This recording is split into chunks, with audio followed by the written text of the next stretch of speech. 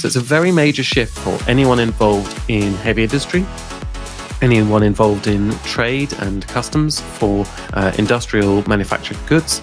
And it's also a big step forward, I would argue, for climate legislation.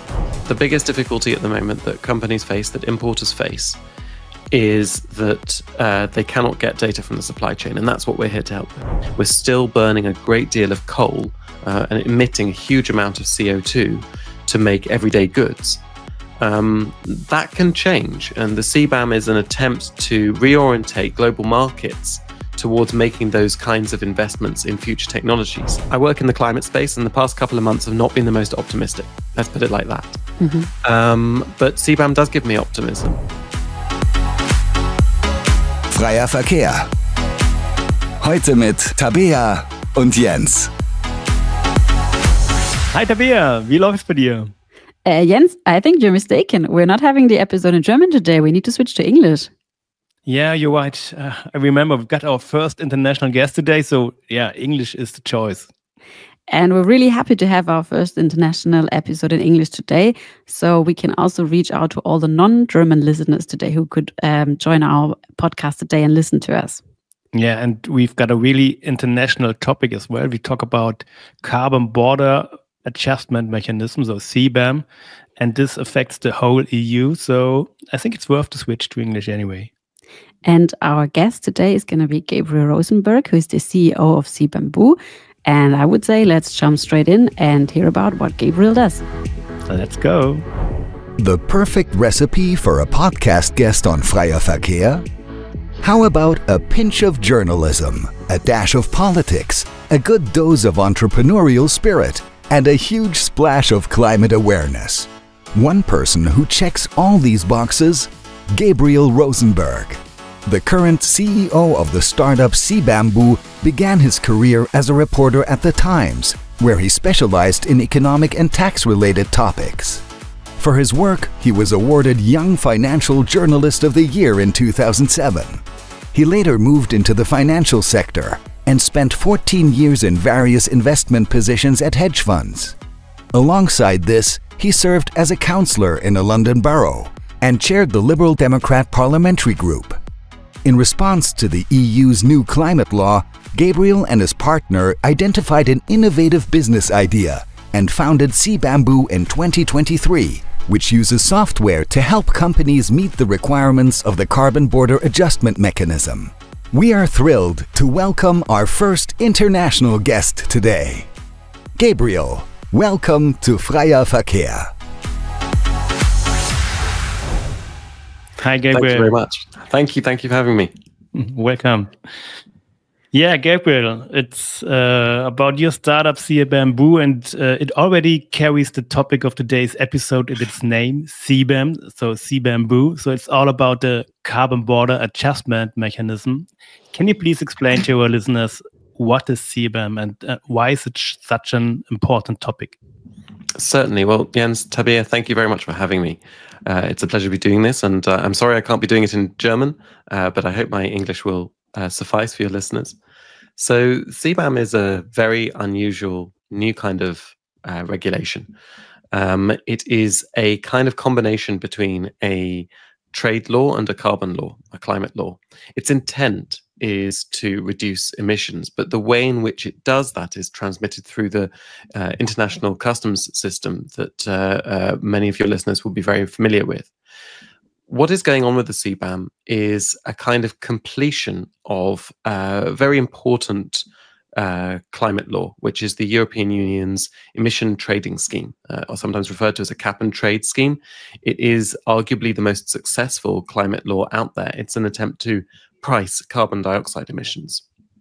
So the emissions trading scheme, the ETS, requires EU-based producers of industrial products to pay a per carbon dioxide ton price for their emissions. And the amount that they pay varies. It depends on a traded marketable instrument, the EUA.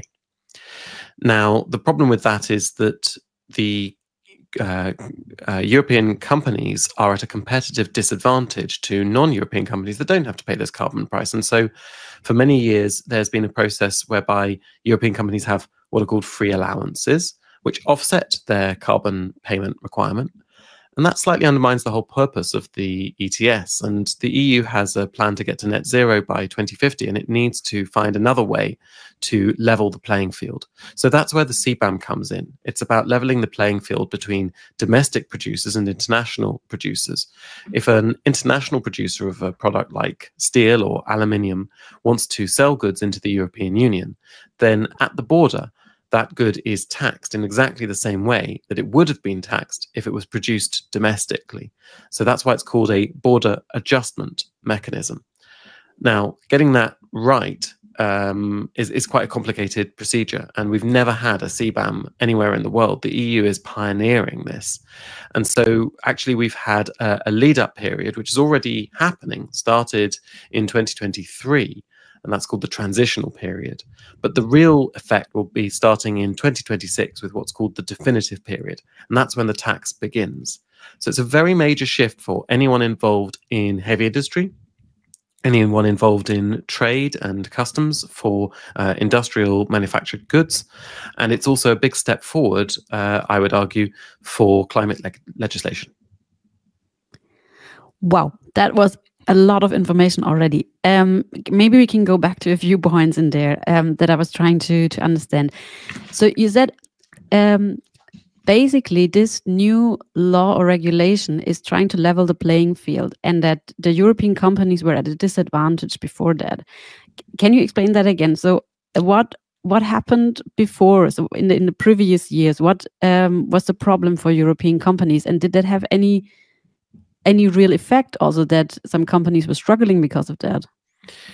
Well, I don't think they were particularly struggling. You see, there was a sort of requirement to pay, and then an offsetting requirement that you didn't have to pay, right? That's the situation we have right now.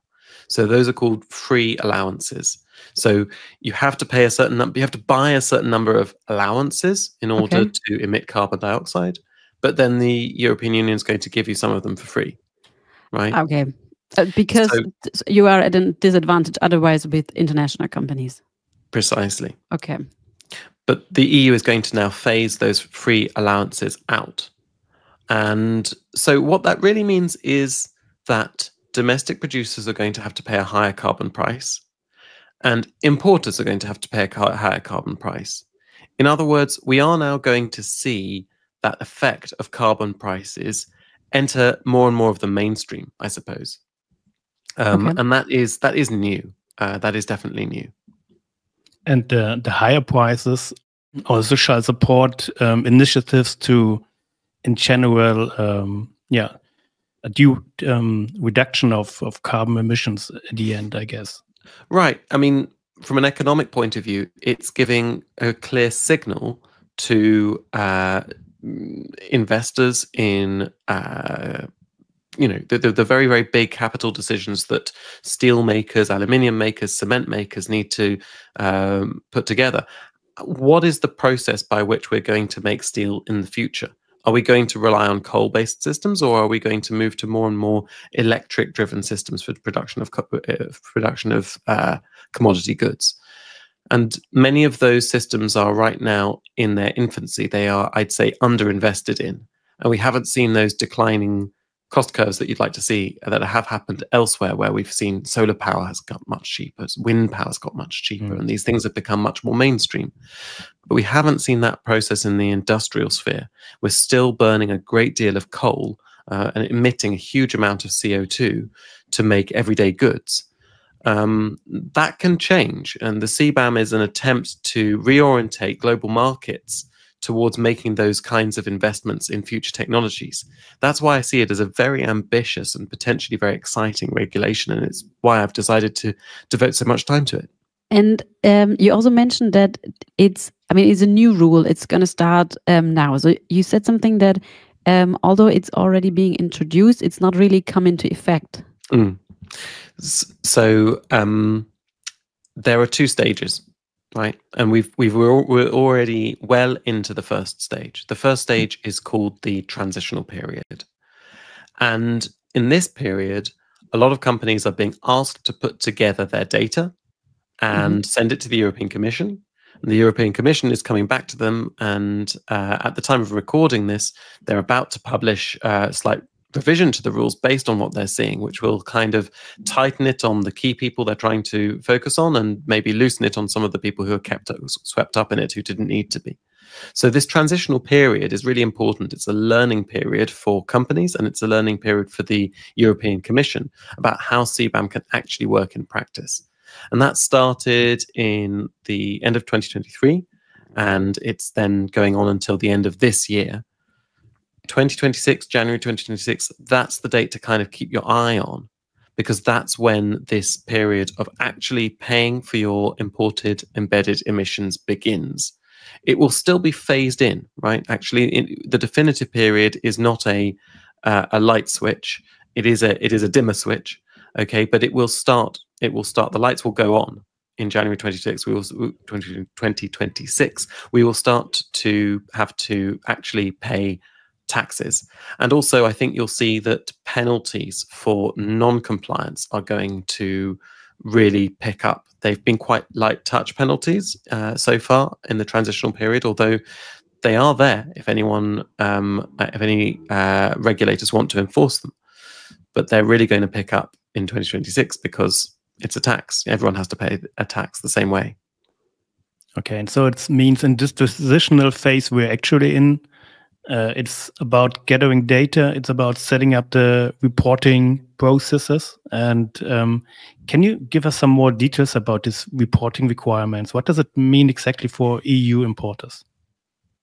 Yeah, it's not an easy system. The way to think about why it's so complicated is to think about what you're asking importers to do. You know, you have an importer, say, in the Netherlands, buying some steel from, let's say, India. Now, they have to pay for the carbon dioxide that was emitted to make that steel. Well, you can't test the carbon dioxide by looking at the steel that's sitting there in Rotterdam. The only way to find out how much carbon dioxide was emitted and then pay a per ton fee for that is to ask the Indian producer. But maybe the Indian producer, in fact, is a distributor. Okay, so then they have to go and ask their supplier.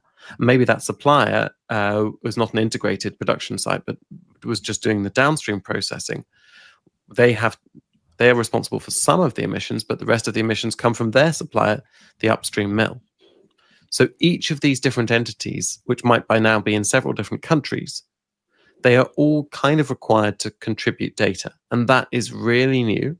And that is really, really ambitious as well, because you're asking companies in lots of different countries to comply with Europe's rules. And we have seen that, right? We have seen, willingness to take this seriously around the world, but it does require the EU to be quite diplomatic and to make clear this is not about trying to shut down trade, and it's not about trying to get data that isn't sort of required for business purposes. This is about trying to reduce supply chain carbon dioxide emissions because of the fact that we've got a climate emergency. We've got, the planet, exceeding 1.5 degrees just last year. We've got a lot of serious issues that we need to deal with. And the EU is pointing to those things and saying, look, we're not doing this to make your life difficult, but it is going to be difficult. And here are the steps that you need to take to put this information together. And, it is challenging. It is very challenging for a company in the EU to understand the exact process by which its suppliers and its suppliers created the goods that they buy. They haven't had to do this before. And so, a lot of the information that they're asking for it through the standard kind of trade compliance systems, but they are asking for completely new data points that neither they nor neither side has ever asked for this information or given this information, right? If you are in charge of procurement at a metal importing company in the EU, your specialism is not sustainability. And that's also the case if you're selling those products out of Taiwan or Vietnam. You know, that's not your expertise either, typically speaking. So there's a very big learning curve. Like you said, it sounds really difficult to get accurate information in this kind of process. Is there a way that someone checks these facts or this data? Like, how would you control it? Yeah. So for now, no one is checking. Now we you know, our service at CBAMBOO, we help companies with this entire process, and we care very deeply about ensuring that companies put together accurate information. We try to give them tools and systems to help them understand what they need to do, and we can build in certain auditing functions to check the quality of the data. But we can't verify it. We can't go into every mill, every manufacturing facility and find out whether their numbers are accurate. And so neither can the European Commission. So what the European Commission are requiring is that companies get their data verified. This is the supply chain companies. And the verification should be carried out by a qualified third-party verification services provider. And the Commission is, you know, putting in place detailed regulations of how that would work. So that's another burden that has to be absorbed by the system somehow. It's worth saying that right now there isn't any verification. The verification would only come in the definitive period. That also sounds like a lot of extra work for auditing companies for a completely new field of work, I guess. I mean, like you said, when if you're procurement in a company, now you have to figure out all these additional details, get an auditing company to do it, and someone has to pay for that, I guess, as well. Yeah. It is a lot of work. It is a lot of work. And I think that in the long term, this kind of work will become very normal, right? Okay. Mm-hmm. We in the same way that if you are a financial firm post the global financial crisis, you know, you have certain requirements that at first seemed entirely onerous, but if you don't comply with those requirements, then big banks in the USA, they won't do business with you. Okay, so there's been a spread of regulation. And you could even make a comparison to something more basic. You could say that it's similar to the way in which we just have accounting processes that are now deeply embedded. I think that in the future, it won't be possible for emitters, for big emitters at least, to simply release planetary warming gases into the atmosphere in an unchecked fashion. I think they will be required to, at the very least, keep a continuous audit of that data, of that practice. And that audit will have to be checked by auditors, and that this will be an intrinsic part of any responsible business's processes. It's kind of remarkable that isn't happening already. It is happening here and there in bits and pieces, but there isn't a standardization. So the CBAM is an attempt to really create a standardization for that. And I think that it is long-lasting. I think that companies at first are going to be rather shocked by the amount of work that they've got to do. Then they're going to try it out. Then the system is going to adjust. But in the long term, I think anywhere in the world where you emit significant amounts of planetary warming gases, you're going to have to account for that. You're going to have that audited. You're going to have to pay for that auditing process to take place. So the CBAM is the start of that for many, many companies. With these requirements coming up and with these reporting requirements, how can data management and technology help companies to navigate through these requirements? So as you mentioned the financial sector, you mentioned the accounting. So I think there are already digital solutions out there that really makes it quite smooth to fulfill the requirements in those sectors. But yeah, what about for CBAM? Do you see any chance, probably because you've founded a startup to solve this issue? And yeah, how can technology and data management help? And exactly how do you as CBAMBOO support these requirements? Sure. So we could see that, first of all, there was a compliance challenge that was new, right? And so to a certain extent, it seemed like a good idea to start a new kind of company that was totally focused on that compliance challenge, because it has elements, the CBAM, of lots of different systems, as we've been saying, environmental systems, trade systems, and taxation systems. And we needed to build a new team who could bring all that kind of different expertise together and respond precisely to the needs of the CBAM legislation in order to help companies with what they were going to need under CBAM. Now, what they would need to begin with would be compliance tools. Okay, so that's our first thing that we've built, right? That's partly because the transitional period that we talked about, that's just a compliance phase. There's no tax to be paid. So it's just about filling in those forms and getting accurate data. So we built a platform, the CBAMBOO platform, which is designed to help companies through that process and to run an end-to-end system. So you can put your supply chain onto it. They are guided through the system of providing their carbon emissions, and then you can create your CBAM report and you can send that report to the European Commission. So that's the compliance toolkit that we already have built, that's live and that's available. That's not the end point, though. The goal here is to do something much broader. It's to help companies actually analyze their tax exposure under CBAM and then figure out how to optimize that. What business decisions can they make to minimize their taxes? That's all stuff that the CBAMBOO platform is going to support in the near future. And we're designing it so that it will be compliant with not just the EU CBAM, but the UK CBAM that's due to come in and other CBAMs that are being proposed around the world. We see them all working in a fairly similar fashion, and we're going to make sure that we expand what we do to cover all of them. So that essentially it becomes, I'd say, a carbon intelligence platform for heavy industry. Heavy industry are the companies that are most affected by CBAM. They are the companies that, essentially in our terminology, that just move a lot of physical volume of goods around the world. Steel, aluminium, the auto supply chain industry, the fasteners industry, various different groups in there. Those companies need their whole way of doing business will be mediated through the EU CBAM and other CBAMs that will be introduced, and we'd like to be their kind of companion, their intelligence platform for understanding that carbon pricing environment that they'll be in. Let's jump a little bit back again in history and in the year 2023. I think by then CBAMBOO was founded. How exactly did you came up with the idea? So did you just sit down in a bar with a beer and your friend and just said, "Hey, I heard about this new requirements coming up," and how did this happen? Or there were a lot more. It was a lot more Zoom calls. It wasn't even as fun as a bar and a beer.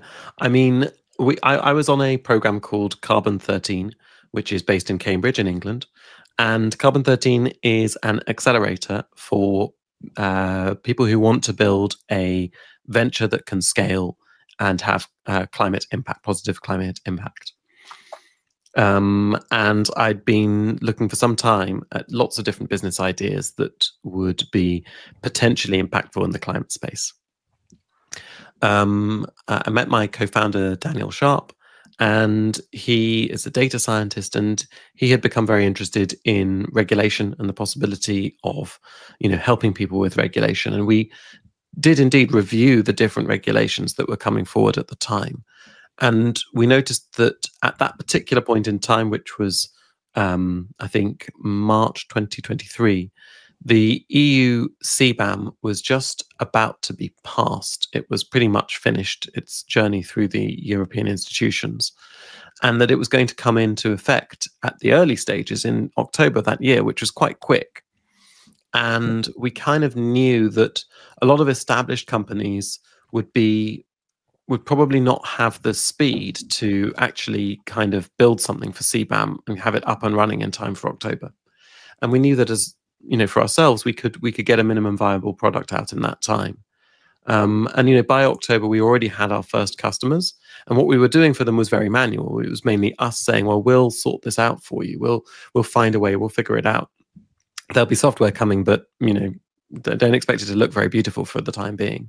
We put out sort of early versions of that software for those pilot customers early in 2024, but we were able then to launch the platform, the CBAMBOO platform, in July last year. And that's when the transitional phase kind of got a bit more complicated, a bit more difficult. There was a requirement from then on to get what are called actual values from the supply chain.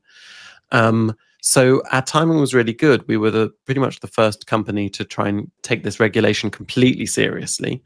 Okay, say, well, there's a whole business in this. And that's why we named the company CBAMBOO, to sort of indicate that we were just going to stick to CBAM and really just try to focus on that and be the natural solution for people dealing with CBAM. You know, we had the time to actually get up and running. We were definitely very early. We became the first CBAM-focused company to get venture capital funding. And we still feel like we have a first mover advantage, but we can't take that for granted. It's a competitive world, so we have to keep growing. Then maybe you can explain in a little bit more detail, what exactly does your company offer and how does the platform work for someone who's looking to find a partner to do this data collecting with the supply chain? So it's a software system at its heart, but we also have an extensive service operation. So you know, it depends to a certain extent on how much our customers would like us to help them through the process, you know, on a personal level, or how much they want to instead just run the system on their own, in their own way. But it's a SaaS software platform. You will go onto the site and you will put together your imports data with where we have an integration with AEB, I should just mention. You'll put together your imports data, and then you will layer onto that the supplier data, the supplier emissions data. Now, to get that, you need to reach out to your supply chain. So you fill in who your suppliers are, and you send the platform sends them join requests.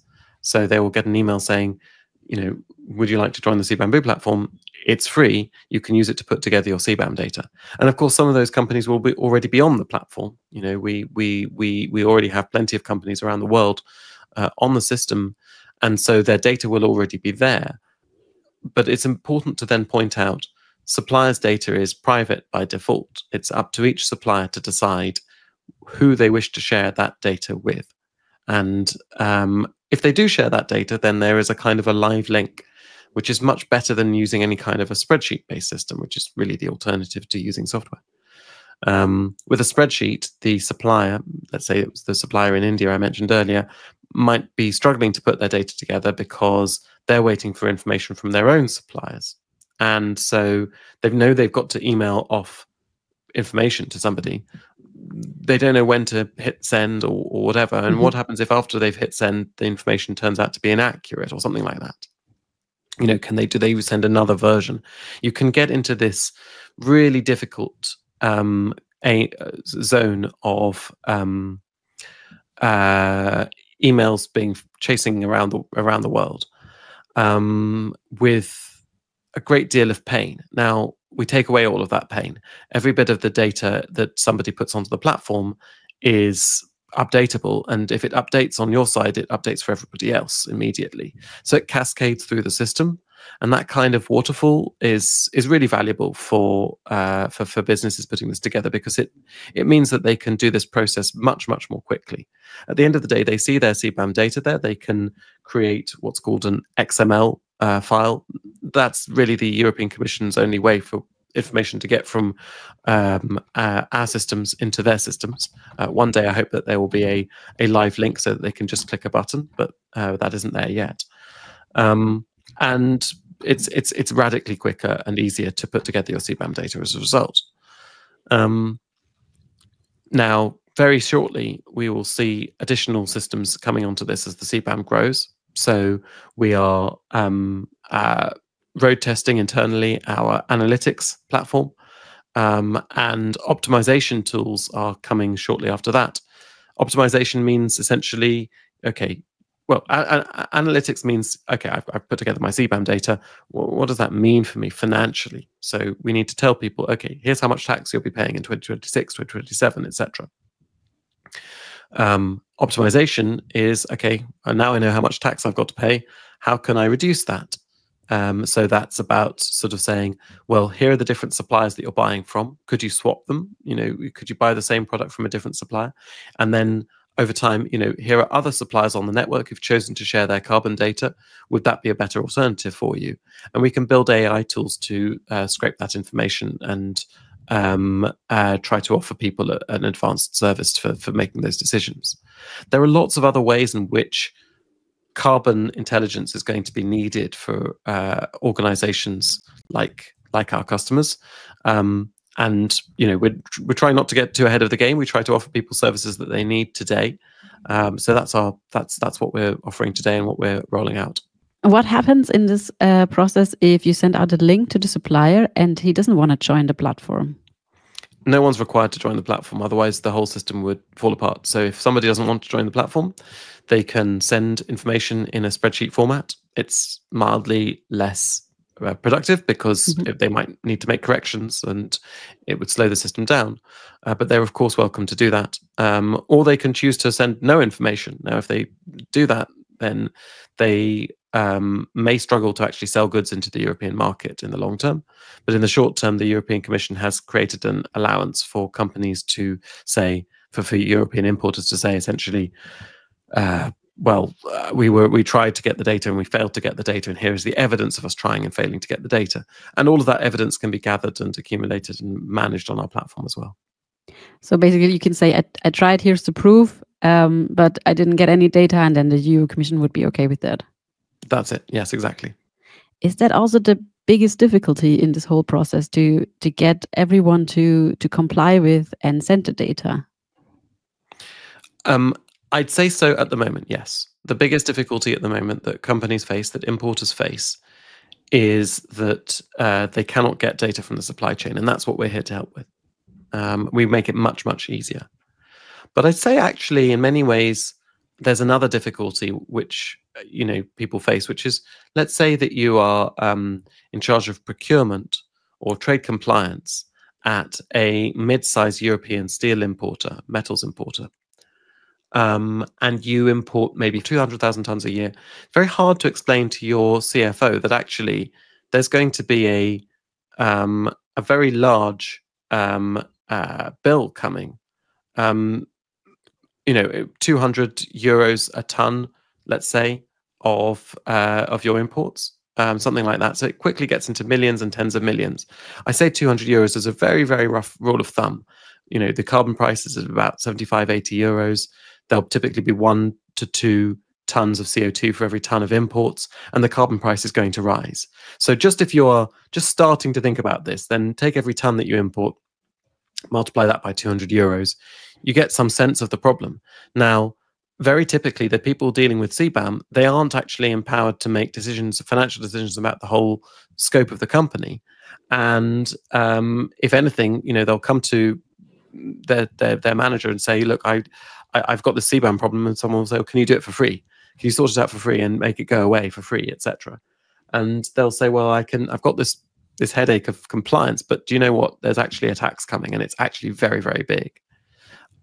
The reason that this is difficult for people to manage and to understand is that CBAM doesn't really respect whether you're a large company or a small company. It's only about how much stuff you import. That's what matters. And you just mentioned it, but where in a company, or even who in a company, is responsible for CBAM? Because it's new. It could be procurement, could be customs, could be finance. I imagine this would be quite difficult also to set up as a new. I don't know. Do you need a team for that, or can it be only one person? Procurement, customs, finance. You could have mentioned sustainability as well. All of these teams actually need to get together and discuss CBAM. Now, I'd say it really depends on what kind of company you are. If you are with CBAM, you need to think in a completely different scale. You need to use a different scale. What do I mean by that? I mean, normally you scale things according to revenue, but with CBAM, you need to scale things according to imported tons, which is not a number that most people have top of mind when they're thinking about their company.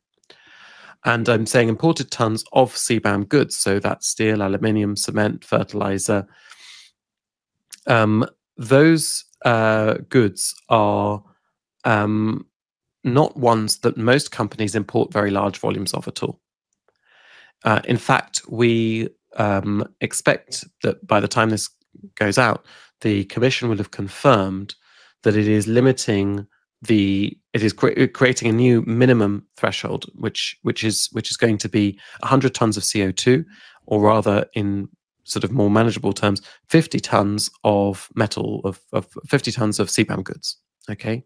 Now, there are many, many very large companies out there that are in the manufacturing space that do not import 50 tons of CBAM goods a year, right? You know, most pharmaceutical companies or most retail companies aren't in that category. In fact, many high value add manufacturing companies will not be in that category either. You know, if you make jet engines, for example, you might possibly make components for jet engines that, you know, mean that you have a very, very high revenue, but, you know, you don't necessarily need to import more than 50 tons of material every year. So, if you're in this category of companies where the tonnage is very low or not at all, then I'd say the sustainability team can look at CBAM and consider it. If it's a minor amount, let's say under a, you know, I don't know, 500 tons, something like that, then the tax is still going to be pretty small, right? 500 tons times 200 euros. It's going to be a manageable number, or even possibly a rounding error for a lot of businesses. So there, I'd say it's definitely something that the trade compliance team can handle the paperwork for, and then, you know, make adjustments, particularly once the system beds down. But once you're getting into the thousands, tens of thousands, hundreds of thousands of tons, and there are companies out there, of course, that import millions of tons of goods a year. At that point, it's absolutely something for the CFO to be looking at. And the CFO should be setting up a team of people. Trade compliance and procurement would be high among the list, to actually make sure that they're fully on top of this and to figure out how CBAM is going to affect everything that they do, because it affects what they buy, it affects what they pay for what they buy, it affects the contracts, it affects what they sell, what the prices they offer for what they sell. It might affect the way in which they build the products, right? It might affect the bill of materials that go into the products. So there are many, many ripple effects of CBAM for companies that are in that heavy industry category. You mentioned before that you have the vision for CBAMBOO to become a platform supporting global compliance requirements. So at the moment, I think you're based in the UK. And at the moment, you're focusing on the EU market. So, and you mentioned already that the UK is also coming up with regulations. Will there be a difference between the EU and UK requirements? Do you think also other countries will follow the EU with this regulation setup? Will there be similar challenges, or how do you think the whole topic will evolve and develop, and how will your platform do so? Well, the UK, and I'm sitting here in London, the UK would never have come up with CBAM if it hadn't been for the EU doing it first. It would not have been top of the priority list. But it's not just that. It is a very unusual, one-of-a-kind thing, the CBAM. And once that is out there, other countries are going to copy the system and figure out what are the best practices. And the European Commission's been explicit that one of the goals of CBAM is to raise climate ambitions around the world, and they very much want to encourage this process of other CBAMs, other carbon pricing systems taking shape. Someone once gave me a rather technical analogy, which is VAT. And so the value-added tax is something that I think started with Belgium in the 70s and maybe the Netherlands, and it works much better when it is a system that is replicated in different countries. And that took a while. It took a while to spread, but the logic of the system was very clear. And as a result, you have VAT in many, many countries around the world. I think it will be like that with CBAM. But of course, each country is going to do its own thing in terms of exactly how they implement it. So the UK came up with a slightly different calculation for a threshold. So they've come up with a £50,000 a year threshold. That was quite distinct from the European Union's original threshold, which was 150 euros. But it's much more in line with what they've now done. The UK looked at including glass and ceramics in CBAM. It's not included in the EU. They've actually dropped that idea for now, but I expect they'll come back to it. The UK is going to be taxing both direct and indirect emissions. That's quite a technical one, but very impactful. Basically, it means that people will be paying the full carbon price for the electricity that they use, whereas in the EU, for various reasons, a lot of the goods that are covered by CBAM, they won't have to pay for the electricity usage component of their carbon emissions. So there are these kind of, it's never going to be precisely the same region by region. And I expect that there'll be some regions that come up with, more difficult, confusing systems, and some that come up with more streamlined systems. And, we, for what we need to do, we need to be nimble, right? That's our job as a startup. And we need to be ready to be flexible. We need to adapt the software as the regulation changes. And part of our job is to keep people informed about what are those regulation changes and make sure that we're on top of them ourselves, which is quite a lot of work. But we enjoy it in a strange way. It sounds very similar to, also customs systems around the world. Similar, but not exactly the same in each country. I want to go back to one point you mentioned before, where you said that the EU Commission brought in a minimum rule that says if you import less than a certain amount, you do not have to comply with the rules. Is that right? Yes, that's right. What is your view? Is that kind of going against the overall goal of saving carbon? If you have these companies that, they contribute a smaller amount, but they still contribute to the problem. So they just get for free then? What do you think? No, I think I'm pretty much supportive of what they're doing here. You need to just sort of think of it in terms of like a scale that drops away very quickly, right? A logarithmic distribution. Or is that right? An exponential distribution? I am never quite sure. There are many companies that import, tiny amounts of goods, and if you were to add up all of those emissions, it's really barely relevant compared with the big emitters, right? Okay. What we need to do is get the companies that are producing millions of tons of industrial goods every year, and get them to invest in new technologies that don't emit carbon dioxide. And we're not going to get there if we tie up in knots lots of companies for whom, when you actually look at it and actually figure it out, their emissions are very small. Okay. If you are importing 50 tons, again, my rule of thumb, 200 euros. So you're not going to pay more than 10,000 euros, and it's a lot of work. It's a lot of compliance work to get that right. So you could end up paying sort of 10,000 euros to figure out that you then have a 10,000 euro bill. And is that going to change your behavior very much? Are you really going to say, well, I'm going to invest a lot of time and effort in reconfiguring my supply chain so that I drive down that 10,000 euros to 8,000 euros or 5,000 euros? I mean, maybe in the future, in some sort of highly automated future that I can't quite see yet, we'll be able to make this process so smooth that we can actually lower that threshold and for it to be worthwhile for companies to be making those decisions. But I don't think we're there yet. And I think that this is a reasonable balance. The vast proportion of emissions will still be covered by this system. Okay. And do you expect any effect on the end product prices when the big companies or the big importers have to pay those taxes? Do you think this will pass on to the consumers or to the following companies in the supply chain, or what's your impression on that?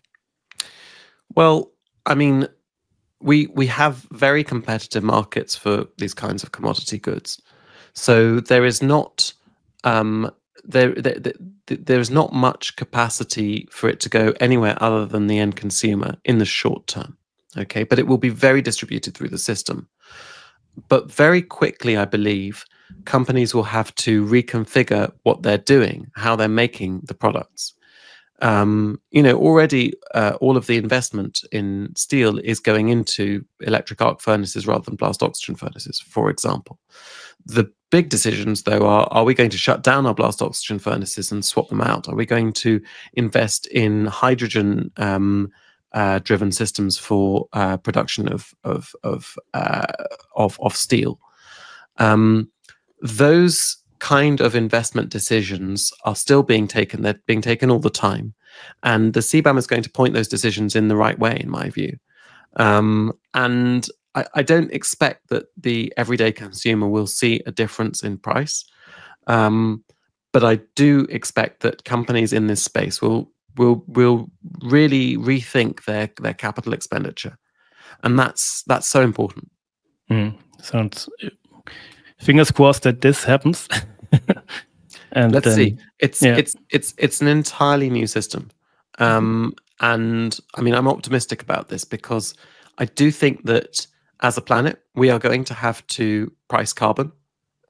We don't have an option not to, and pricing carbon is the best system for reducing carbon emissions. So CBAM is just part and parcel of that future. And if I'm now a company, considering that I have to probably find a solution for my CBAM reports, there are multiple options that I can choose from. I mean, there are software-based solutions. Is there any way to do it without a software? I think it would be. I think most companies are currently doing this by hand, if you like, right? Okay. If you know what we're competing with is Excel and email, right? Okay. When we talk to companies, we explain what we do. They say, "Oh, that would make our life easier." If they don't go ahead with a sale, they tend to tell us that the reason is that they think that they can do it themselves for now. Okay. Okay. I think that they are taking up a lot of time doing that. I think that the compliance burden will become increasingly severe once we have to have verification and so forth. Mm-hmm. So we're still in conversation with all of these companies. But also, we need to get into a situation in the future where there is not just a time saving, but also, a financial benefit for companies in using CBAMBOO. And that will happen when companies are paying a live tax, and we're able to show that with our systems, you can reduce that tax burden. So, it is a gradual process of companies getting used to the idea that this is something that they need to invest in, and us also, iterating on product, constantly. I mean, the platform is miles better than it was a year ago, and 2 years ago it didn't exist. So we need to build value as well. Now you get a chance to give us a little bit of advertisement for your company, because I mean there are different software providers for CBAM reporting out there. So what is the reason companies should choose you? Or also you can also say maybe which companies fit to your platform. Maybe not every company could fit. Yeah, I mean we certainly are focused from the beginning on the companies that we believe will be most affected by CBAM. Okay, so for us, it's companies very typically in the steel industry, the aluminium industry, the auto supply chain, the fastener industry, where we will be at Fastener Fair Stuttgart in March. It's a big trade fair.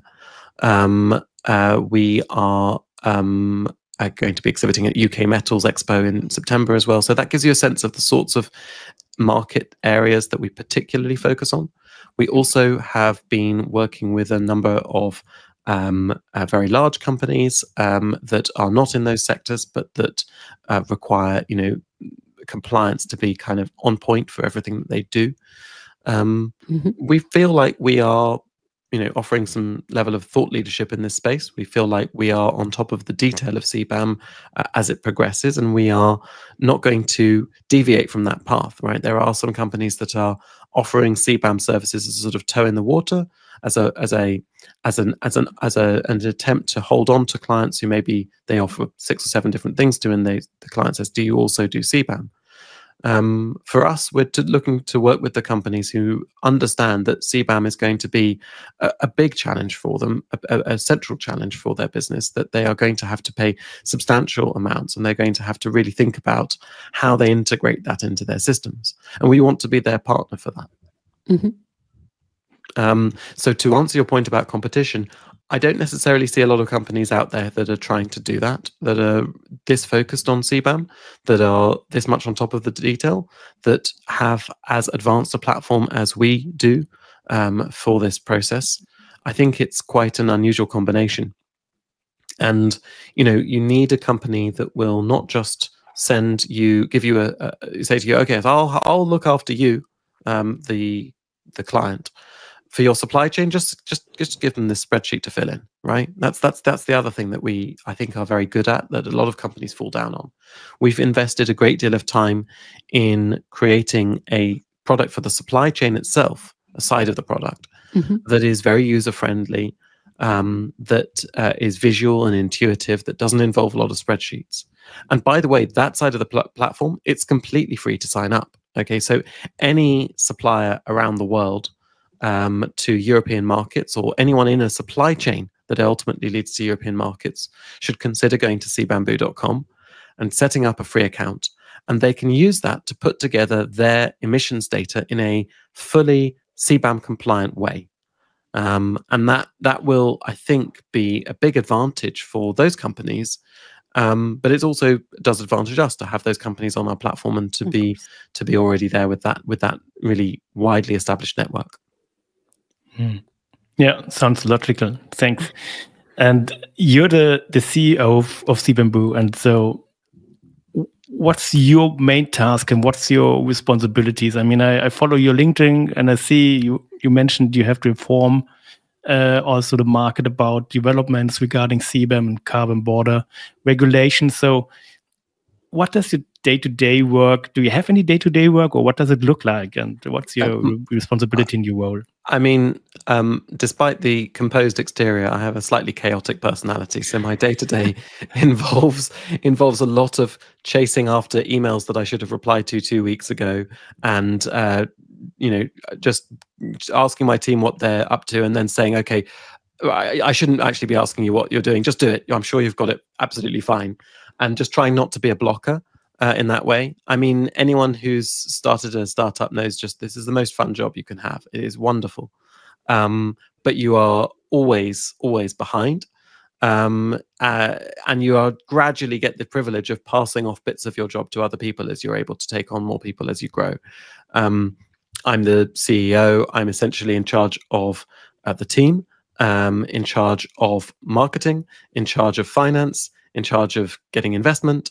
I do quite a lot of operations.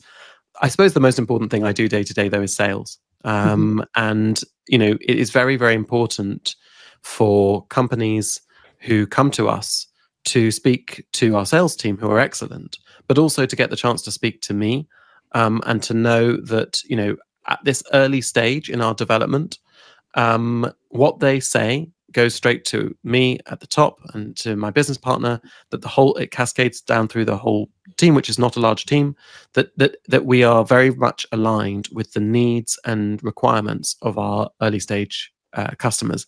And we'll carry those if we get to become big. I hope we'll still be able to carry that approach forward, because if you are customer obsessed, then you will always have a place in the market.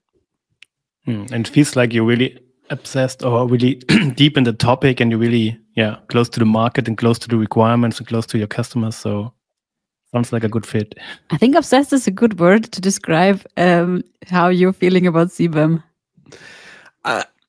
It's something that I've decided to devote the past couple of years of my life to, and I hope to be working on it for a very long time. So I am very focused on it, but I'm just excited about it. I'm excited because it is something. I work in the climate space, and the past couple of months have not been the most optimistic. Let's put it like that.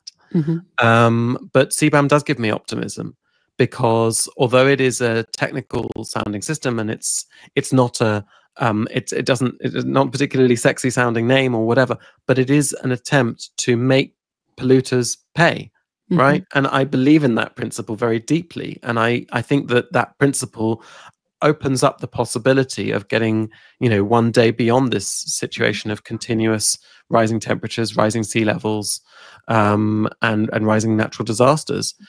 I may not be around to see it, but I hope that my children, my grandchildren, will be able to inherit that world.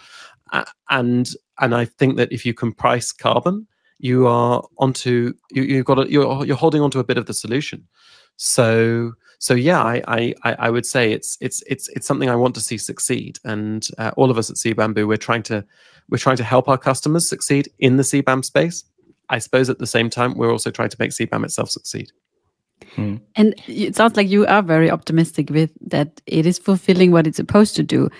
On the other hand, are there any loopholes or weaknesses where you think the current system or the current framework is maybe not doing what it's supposed to do and needs to be amended for the future? There are plenty of issues that are raised, and you can absolutely call them loopholes. So there are issues around the definition of scrap metal, right? Scrap metal, which is essentially supposed to be recycled or used metal, which is very, very prevalent in, for example, the aluminium industry, which is almost entirely scrap, right? It's amazing how much it gets recycled. But you can actually have some material which has just gone through a factory and you just sort of cast it off, and then you say, well, that's scrap, but it hasn't ever been used. So how do we treat that, right? That currently is a loophole that should be addressed. There's no rebate for exports. So some companies think that this is a big problem. There's a range of views on this, but CBAM currently doesn't have any kind of export offset. So exporters from the EU argue that they are put at a disadvantage, and that's something that you might see addressed. The CBAM doesn't cover downstream goods after a certain point. The scope could arguably expand. There are many, many ways in which it is imperfect. But what we have now is like this massive loophole, right? What we have now is a situation where, if you want to set up a steel making or aluminium making or whatever factory somewhere in the world, then you're entitled to put as much CO2 into the atmosphere as you can get, as you can physically can achieve. Okay, that to me is the loophole, and so this is correcting that. But it will definitely need further amendment and refinement. I'm confident that this is not the final version. Okay, this is a good statement regarding an outlook for CBAM. Do you see any major changes coming up or future developments which our listeners should prepare for? Is there already something at the horizon to see or that comes up? So just while we're recording this, we've just had the first sort of leaks of what's the next bit of legislation on CBAM, which, as I say, by the time this comes out, I think it will be public, fully public. And I don't know whether this is the final version, but people should be keeping an eye on the legislative developments that are going on at the moment, because in the run-up to the start of that definitive period, there is going to be a lot coming out from the European Commission. It seems like, for example, there won't be a requirement to pay each quarter in year one. It will be a payment at the end of year one, for example. And that's obviously very significant from a cash flow perspective. Again, you've got this de minimis rule. We need to make sure that that goes ahead. It looks like there will be stiffer penalties for deliberate non-compliance than we first thought. That's something that people might want to be aware of, making the decision on whether to try to get compliant. I expect that there will be a lot of detail on verification. There will be more to come on expansion of the scope of CBAM. We have a free monthly newsletter, which you can go to news.cbamboo.com and sign up. We will be keeping everyone very well informed of all these developments. Yeah, and it's definitely worth to follow you on LinkedIn, because I think you're really doing a great job on keeping us up to date regarding CBAM. Well, thank you very much. To conclude our session, we always have also one question that might be to give you a personal view on. If you had one wish for the future in terms of global trade management or CBAM or anything else, what would you wish for?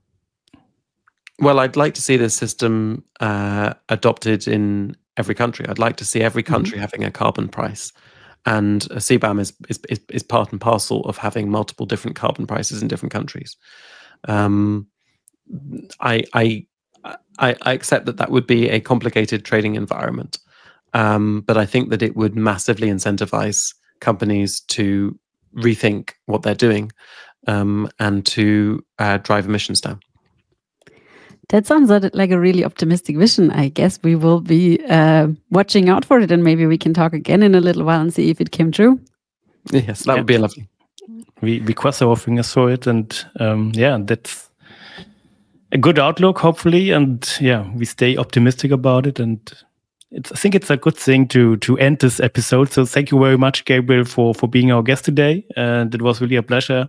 And it was really great to get so much insights about CBAM, about CBAMBOO, about how IT and digital solutions can companies help with the challenges they're facing at the moment with Excel spreadsheets. And so, thanks a lot for being our guest. Thank you. Thank you. I've enjoyed it enormously. And to everyone who listened to this episode, as usual, let us know your feedback, subscribe to our podcast. And if you have any ideas out there for new topics, or even you want to come onto the show and be our guest, please contact us at podcast@iab.com. Yeah. So thanks a lot, and thank you. Have a great day. See you. Das war Freier Verkehr, der AEB-Podcast von und für die AlltagsheldInnen des Global Trade Managements.